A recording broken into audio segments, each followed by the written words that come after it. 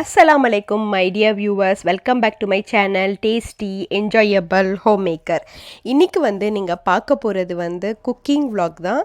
இன்றைக்கி நான் ஃபர்ஸ்ட் டைமாக வந்து ஒரு விஷயம் மேரேஜ்க்கு அப்புறம் மேரேஜ் ஆகி ஒரு 13 இயர்ஸ்க்கு மேலே ஆகுது. ஸோ இங்கே மேரேஜ்க்கு அப்புறமா நான் வந்து இது ஃபர்ஸ்ட் டைமாக குக் பண்ணுறேன். இது நிறைய நாள் நான் குக் பண்ணணும்னு நினப்பேன்.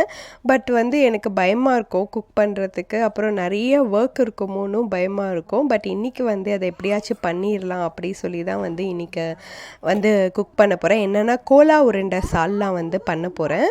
ஸோ என் ஹஸ்பண்ட்க்கு இந்த மாதிரி மீட் பால்லாம் பிடிக்கும். அது வெஸ்டர்னில் தான் அவர் சாப்பிட்ருக்காரு. ஆனால் வந்து இந்தியன்து வந்து அந்த கோலா உருண்டை சால்லாம் அந்த மாதிரி அவருக்கு வந்து கொடுக்கலாம். அவர் ஒரே ஒரு வாட்டி மட்டும் இந்தியன்து ட்ரை பண்ணியிருக்காரு. அதுக்கப்புறமா அதுவும் வந்து இந்தியாவுக்கு போகும்போது தான் வந்து அவர் ட்ரை பண்ணியிருக்காரு. இப்போ வந்து நம்மளே வந்து அவருக்கு செஞ்சு கொடுக்கலாம். அவரும் மறந்துட்டார் அந்த டேஸ்ட்டு. ஸோ அவருக்கு வந்து செஞ்சு கொடுக்கலான்னு கோலா உருண்டைக்கு தேவையான ஐட்டம்ஸ்லாம் பண்ணிகிட்டு இருக்கேன். இங்கே பார்த்தீங்கன்னா சின்ன வெங்காயம் எடுத்துக்கணும், பச்சை மிளகா, புதினா வந்து போட்டிருக்கேன், கொத்தமல்லியும் போடணும். நான் கொத்தமல்லி போட மறந்துட்டேன். அப்புறம் கொஞ்சம் தேங்காய் போடணும், தேங்காய் பூவும்,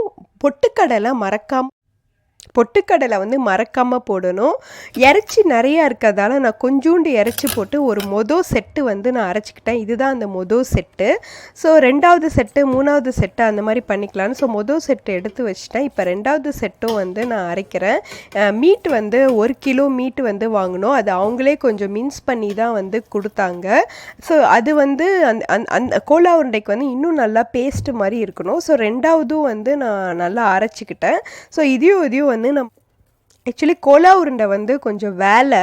நம்ம வந்து அது ஃப்ரீயாக மைண்டு காமாக இருக்கும்போது நம்ம வந்து செய்யணும். ஸ்ட்ரெஸ் இல்லாமல் டைமில் நம்மளால் ஒர்க் பண்ண முடியும், எனர்ஜெட்டிக்காக இருப்போம் இல்லையா? அந்த மாதிரி டைமில் தான் வந்து இந்த மாதிரி டிஷ்ஷஸ்லாம் எடுக்கணும். ஏன்னா இதெல்லாம் நம்ம விரும்பி செஞ்சால் தான் வந்து இதெல்லாம் வந்து செய்ய முடியும். நார்மலாக ஸ்ட்ரெஸ்டாக இருக்கும்போது இல்லை ரொம்ப உடம்பு டயர்டாக இருக்கும்போது செஞ்சோம்னா நமக்கு ரொம்ப கஷ்டமாக இருக்கும். ஸோ வந்து அன்றைக்கி நான் கொஞ்சம் எனர்ஜெட்டிக்காக இருந்ததுனால எனக்கு வந்து இதை செய்ய முடிஞ்சிச்சு. ஸோ நான் ஒரு 3 செட்டு வந்து அப்படியே எடுத்து அரைச்சேன். 3 வாட்டி மிக்சியில் போட்டு அரைச்சேன். ஸோ இதை வந்து அந்த மசாலா இருக்கு இல்லையா, வெங்காயம், அந்த புதினா, கொத்தமல்லி, அதோடு வந்து இதை பிளெண்ட் பண்ணோம். திருப்பி வந்து அது மிக்சியில் போட்டு பிளெண்ட் பண்ணால் கூட அது ஓகே தான். எனக்கு வந்து கொஞ்சம் அல்பாக இருந்துச்சு. ஸோ நான் கையிலேயே வந்து மிக்ஸ் பண்ணிக்கிட்டேன். இல்லைனா திருப்பி அது 3 வாட்டி மிக்ஸ் பண்ணும். நெக்ஸ்ட்டு வந்து நான் தேவையான ஸ்பைசஸ் போடுறேன். சில்லி பவுடர் போடுறேன், மல்லித்தூள் இருக்கு இல்லையா அது போடுறேன். அதுக்கப்புறமா வந்து இந்த மீட் பவுடர் இருக்கு இல்லையா, மீட் பவுடர் இல்லை சாரி, மல்லித்தூள், சீரகத்தூள், மிளகாத்தூள், கரம் மசாலா தூள் அதுதான் வந்து நான் போடுறேன். வேறு எந்த ஸ்பைசஸும் இல்லை. மீட் பவுடர்லாம் போடல, வெறும் மிளகாத்தூள், மஞ்சத்தூள், மல்லித்தூள், சீரகத்தூள், அதுக்கப்புறமா கரம் மசாலா. இப்போ போடுறது வந்து கரம் மசாலா. ஸோ இந்த ஸ்பைசஸ்லாம் போட்டு இதையும் வந்து உப்பு வந்து தேவையான அளவுக்கு வந்து நம்ம போட்டுக்கணும். ஸோ உப்பு போட்டு நம்ம அப்படியே வந்து எல்லாத்தையும் வந்து மிக்ஸ் பண்ணோம். நான் என்ன பண்ணேன், ஒரே ஒரு வாட்டி மட்டும் அந்த ஸ்பைசஸ்லாம் போட்டதுக்கப்புறம் ஒரு மிக்சியில் ஒரு சுற்றிக்கிட்டேன். அப்புறம் நான் ட்ரை பண்ணேன், அப்படியே கையிலேயே வந்து எல்லாத்தையும் மிக்ஸ் பண்ணலாம். ஆனால் ஒன்று மட்டும் ஞாபகம் வச்சுக்கோங்க, சுத்தமாக தண்ணி வந்து யூஸ் பண்ணாதீங்க. வெங்காயமே வந்து தண்ணி விடும். அதுக்கப்புறமா இஞ்சி பூண்டு பேஸ்ட்லேயும் கொஞ்சம் தண்ணி இருக்கும். ஸோ அதனால நீங்கள் தண்ணி வந்து கண்டிப்பாக யூஸ் பண்ணாதீங்க. தண்ணி யூஸ் பண்ணிங்கன்னா உங்களுக்கு வந்து உடஞ்சிரும். என்னென்னா இது நான் ஃபஸ்ட்டு ரவுண்டு இருக்கு இல்லையா, அது மட்டும் தான் லைட்டாக தண்ணி ஊற்றினேன். அந்த புதினா, கொத்தமல்லி, இஞ்சி பூண்டு பேஸ்ட்டு அதை அரைக்கிறதுக்காக அந்த ஃபஸ்ட்டு ரவுண்ட் மட்டும்தான் நான் லேசாக தண்ணி ஊற்றினேன். ரொம்ப தண்ணி ஊற்றக்கூடாது. தண்ணி ஊற்றினீங்கன்னா அந்த பால்ஸ் உருண்டை போடும்போது உங்களுக்கு வந்து உடஞ்சி போயிடும். ஸோ அதனால் தண்ணி இல்லாமல் இந்த மாதிரி இருக்கணும். அப்போ தான் வந்து உங்களுக்கு நல்லா அழகாக உருண்டை பிடிக்க வந்து வரும். அப்புறமா நீங்கள் உருண்டை போட்டு இது பிசைகிறது தான் எனக்கு சரியான வேலையாக இருந்துச்சு. ரொம்ப கை வலிக்கும், மாவு பிசைகிற மாதிரி இருந்துச்சு. எல்லாத்தையும் வந்து அதை மிக்ஸ் பண்ணேன். நான் கொஞ்சோண்டு வந்து அந்த லைட்டாக ஒரு ரவுண்ட் மட்டும் அந்த மிக்சியில் போட்டு எல்லாத்தையும் வந்து பண்ணேன். பட் எல்லாத்தையும் பண்ணல, ஒரு மிக்ஸி மட்டும் பண்ணிவிட்டு மிச்சது எல்லாத்தையும் வந்து நான் இந்த மாதிரி வந்து நல்லா மிக்ஸ் பண்ணிக்கிட்டேன். நல்லா மிக்ஸ் பண்ணால் தான் எல்லா இடத்துலையும் மசாலா வந்து இறங்கும். அப்போ தான் டேஸ்ட்டாக இருக்கும். இப்போ பார்த்திங்கன்னா அடுத்து ஒரு வேலை இருக்குது. உருண்டையும் வந்து அந்த உடையாமல் அந்த அழகாக கிராக் விழுகாமல் முடிஞ்ச அளவுக்கு அந்த மாதிரி நம்ம ஒரு உருண்டையாக வந்து நம்ம போடணும். இங்கே பார்த்திங்கன்னா நான் ஒரு உருண்டையாக வந்து போட்டுட்ருக்கேன். ஸோ அதான் இது வந்து கொஞ்சம் பொறுமையாக செய்கிற வேலை. ஆக்சுவலி இது லஞ்சுக்கு ப்ரிப்பேர் பண்ணலான்னு நினச்சேன், பார்த்தா டின்னருக்கு ப்ரிப்பேர் பண்ணுற மாதிரி ஆயிடுச்சு. ஏன்னா வந்து இது ரொம்ப வேலை. சரி, ஹஸ்பண்டும் நைட்டு தானே வருவாங்க. ஸோ ஏன்னா என் ஹஸ்பண்ட்காக தான் நான் மட்டனே பெரும்பாலும் பண்ணுவேன். அவருக்கு மட்டன்னா ரொம்ப பிடிக்கும்னு சொல்லி அவருக்காக தான் பண்ணுவேன். ஸோ அவர் நைட்டு தானே வருவார். ஸோ ஃப்ரெஷ்ஷாக சுட சுட அவர் வந்து சாப்பிட்டோம் அப்படின்னு சொல்லி நான் டின்னருக்கு தான் வந்து இது ப்ரிப்பேர் பண்ணிகிட்ருக்கேன். ஆக்சுவலி நான் 5 o'clock அந்த மாதிரி ஸ்டார்ட் பண்ணேன் ஒர்க்கு. ஸோ டின்னர் அவர் 7:30 மக்ரீப்க்கு வீட்டுக்கு வந்தாங்கன்னா அப்படியே வந்து மக்ரீப் தொழுதுட்டு டின்னர் முடிச்சிடலாம் இல்லையா? ஸோ அதனால் நான் வந்து ஸ்டார்ட் பண்ணேன். இங்கே பார்த்தீங்கன்னா உருண்டை வந்து போட்டு முடிச்சாச்சு. 2 தட்டு உருண்டை வந்து நான் போட்டுட்டேன். இன்னும் கூட மிச்சம் வந்து அந்த இறைச்சி பேஸ்ட் இருக்குது. ஸோ அது வந்து நாளைக்கு கூட நம்ம ஸ்நாக் மாதிரி சுட்டு சாப்பிட்டுக்கலாம். ஸோ நான் இங்கே பார்த்தீங்களா எவ்வளோ பர்க்கத்தாக இருக்குன்னு. ஸோ ஒன்று வந்து குழம்புக்கும் ஒன்று வந்து பொரிக்கிற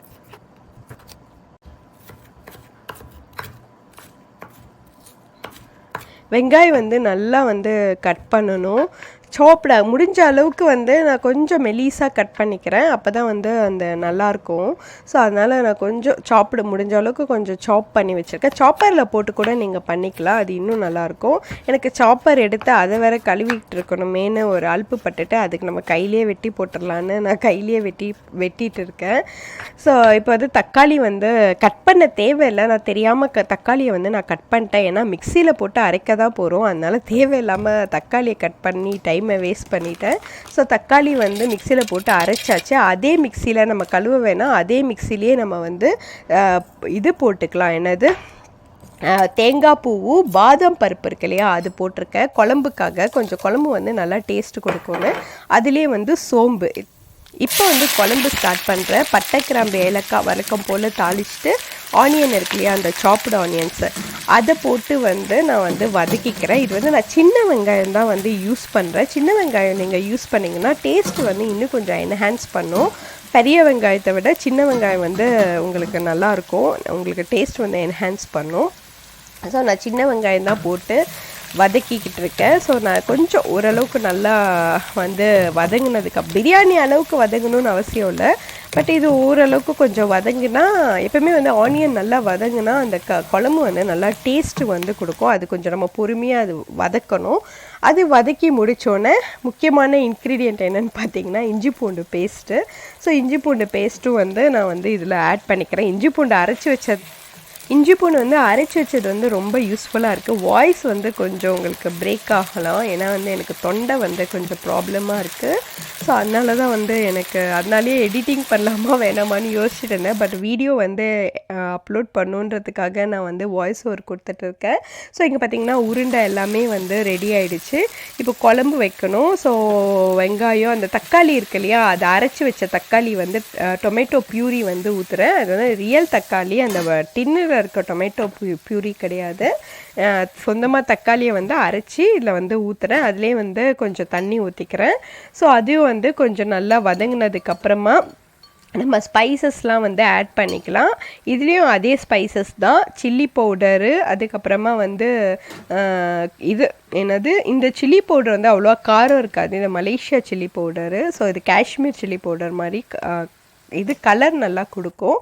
அதுக்கப்புறமா தனியா பவுடர் வந்து நமக்கு குழம்பு வந்து கொஞ்சம் திக்னஸ் கொடுக்கும் இல்லையா. தனியா பவுடர், சீரகத்தூள், அப்புறமா டர்மரிக் பவுடர், இதுதான் வந்து நான் யூஸ் பண்ணுறேன். அதை யூஸ் பண்ணிவிட்டு நல்லா வந்து நம்ம கலக்கணும். கலக்கிட்டு அதுக்கப்புறமா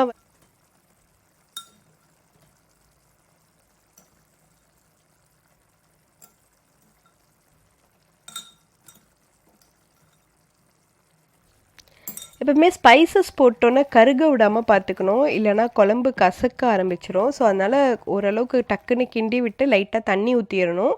ஏன்னா ஸ்பைசஸ் வந்து எப்போவுமே வந்து கருகக்கூடாது.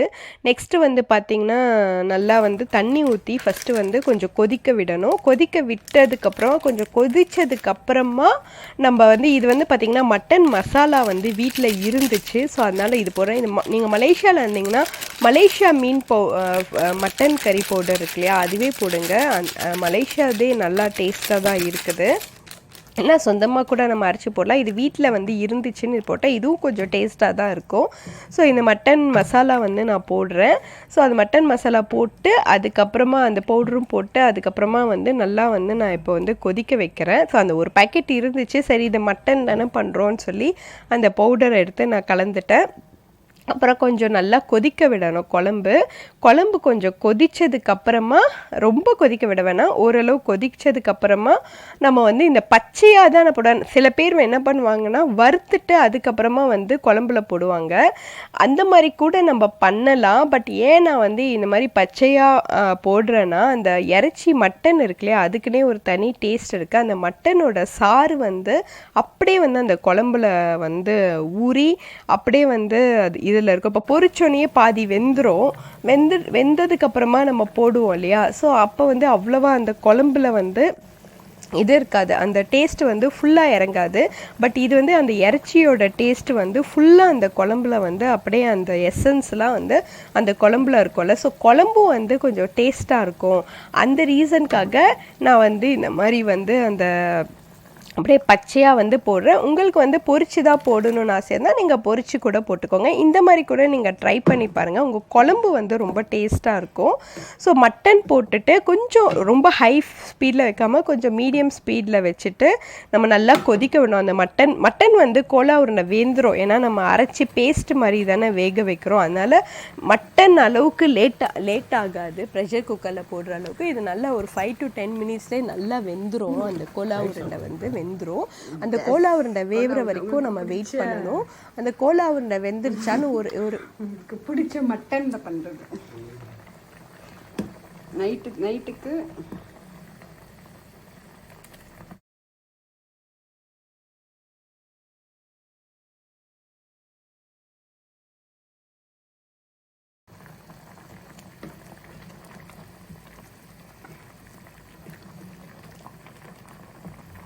இப்போ நல்லா கொதித்து வந்து குழம்புல வந்து அது வெந்துருச்சு. ஸோ நான் ஒரு கோலா உருண்டை எடுத்து சாப்பிட்டு பார்த்தேன், நல்லா வெந்துருச்சு. ஸோ குழம்பும் நல்லா கொதிச்சிருச்சு. ஸோ அந்த கோலா உருண்டையிலையும் அந்த குழம்போட எசன்ஸ்லாம் வந்து அதில் இருக்கும். ஸோ குழம்பு வந்து நல்லா டேஸ்ட்டாக இருக்கும். ஸோ ஒரு வழியாக குழம்பு வந்து செஞ்சு முடிச்சாச்சு. அடுத்து வந்து இந்த டிஷ்வாஷர் அப்படியே வந்து போட்டுருணும், ஏன்னா நைட் டைம் ஆகிடுச்சு இல்லையா. ஸோ முடிஞ்சளவு டிஷ்வாஷர் போட்டால் தான் மார்னிங் வந்து காலையில் தூங்கி எழுந்திரிச்சோன்னே ஈஸியாக இருக்கும். ஸோ அதனால் டிஷ்வாஷர் வந்து போட்டுடுறேன். ஏன்னா இதில் எவ்வளோ போடுறோமோ போட்டுட்டு மிச்சத்தை வந்து கையில் கழுவணும். சில திங்ஸ்லாம் வந்து கையில் தான் கழுவுற மாதிரி இருக்கும். இதில் எவ்வளோ இது வந்து ரொம்ப யூஸ்ஃபுல்லாக எனக்கு இருக்குது. இது இருக்கிறதுனால தான் எனக்கு நல்லா குக் பண்ணுறதுக்கே வந்து நிறைய இன்ட்ரெஸ்ட் வருது. இது இல்லைன்னா பாத்திரம் கழுவுறதுக்கு அலுப்புப்பட்டுட்டே குக்கிங் வந்து ரொம்ப கம்மியாக பண்ணணும் அப்படின்னு எனக்கு தோணும். ஸோ நல்லபடியாக வந்து முடிஞ்சாச்சு. அடுத்து லாஸ்ட்டு வேலை வந்து இதை வந்து பொரிக்க போகிறேன். இது வந்து எல்லோரும் சாப்பிட்றதுக்கு முன்னாடி பொரிச்சா போதும். ஸோ இப்போ டேபிள்லாம் வந்து நான் க்ளீன் பண்ணிகிட்ருக்கேன். ஏன்னா டேபிள் க்ளீன் பண்ணிட்டா நம்ம வந்து இது பண்ணிடலாம், சாப்பிட எல்லோரையும் உட்கார வச்சிடலான்னு. மக்ரிப் தொழுதுட்டு எல்லோரும் சாப்பிட்ருவாங்க. ஸோ இப்போ வந்து டைம் ஆகிடுச்சு, ஆல்மோஸ்ட் 7:15 அந்த மாதிரி ஆகிடுச்சு. நான் இதை வந்து பொரிச்சிட்டு மக்ரிப் தொழுதுட்டு அப்படியே எல்லோரையும் சாப்பிட வச்சிருவேன். ஸோ இது வந்து லாஸ்ட்டாக பொரிப்பேன், ஏன்னா அப்போ தானே எல்லோரும் சுட சாப்பிட முடியும். அதனால் வந்து இது சுட எல்லோரும் சாப்பிட்ணுன்னு சொல்லி நான் லாஸ்ட்டாக வந்து இந்த கோலா உருண்டை வந்து பொரிச்சிக்கிட்டு இருக்கேன். இது வந்து ஆக்சுவலி இவ்வளோ வேலையான்னு எனக்கு வந்து இதை செஞ்சு பார்க்கும்போது தான் தெரியுது. ரொம்ப நாளாக செய்யணுன்னே நினச்சிட்டே இருந்தேன். பட் வந்து இது வேலைன்னு எனக்கு தெரியும், பட் இது ரொம்ப வேலையாக இருந்துச்சு. பட் அப்படின்லாம் நம்ம சம்டைம்ஸ் பார்க்க முடியாது இல்லையா. சம்டைம்ஸ் வந்து நம்ம இந்த மாதிரி கொஞ்சம் எஃபர்ட் எடுத்து எனக்கு சமைச்சு கொடுக்குறது வந்து பிடிக்கும். எனக்கு சமைக்கிறது வந்து எனக்கு ரொம்ப பிடிக்கிற ஒரு விஷயந்தான், அதனால தான் என்னால் செய்ய முடியுது. ஆனால் சமைக்கிறதுக்கு அப்புறமா அந்த க்ளீனிங் அது இதுன்னு இருக்கு இல்லையா, சமைச்சு முடித்தோடனே நம்ம டயர்டாயிடுவோம். அதுக்கப்புறமா இருக்கிற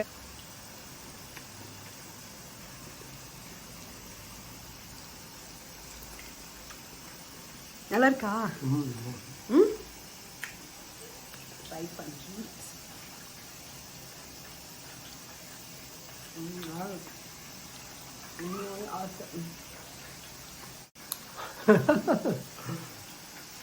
ஃபேவரட் ஓகேவா? சூப்பராக இருக்கு.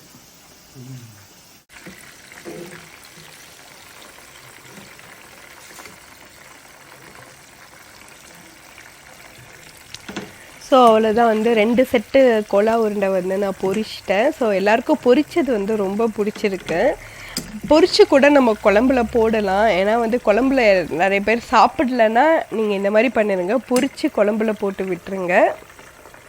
ஆனால் வந்து அது குழம்புல போட்டுறது இந்த மாதிரி பொரிக்கிறது வந்து க்ரன்ச்சியாக எல்லாருக்கும் வந்து சாப்பிட்றதுக்கு க்ரன்ச்சியாக வந்து எல்லாருக்கும் வந்து சாப்பிட்றது ரொம்ப பிடிக்கும். ஸோ இது மிச்சம் இருக்குது, இது நாளைக்கு கூட வந்து நான் வந்து அதை எடுத்து சுட்டு நாளைக்கு சாப்பிட்டுக்கலாம். ஸோ குழம்பு வந்து இப்போ நைட்டுக்கும் நாளைக்கு மத்தியானம் வரைக்கும் இந்த குழம்பு வந்து வந்துடும். பிள்ளைங்களுக்கும் நான் இதே குழம்பு வந்து நாளைக்கு ஸ்கூலுக்கும் நான் வந்து கட்டி கொடுத்துடலாம்.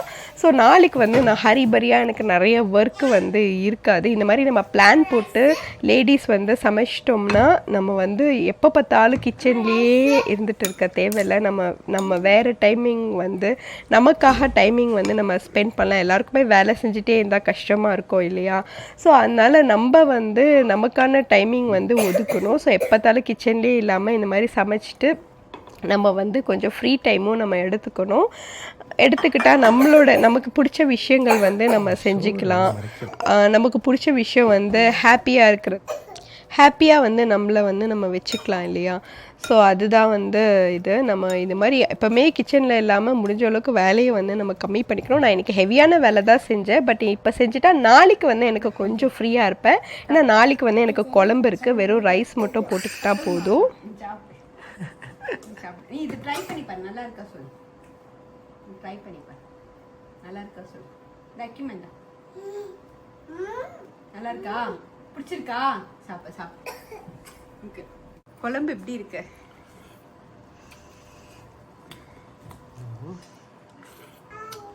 நல்லா இருக்கா? கோலா உருண்டையும் நல்லா இருக்கா? இந்த குழம்பு கோலா உருண்டை நல்லா இருக்கா? குழம்பு கூட நல்லா இருக்கு. குழம்பு ரொம்ப பிடிச்சிருக்கா? பொரிச்சதா? பொரிச்சதா. இந்த வீடியோ பிடிச்சிருந்துச்சுன்னா லைக், ஷேர் அண்ட் சப்ஸ்கிரைப் பண்ணுங்கள். அஸ்ஸலாமு அலைக்கும்.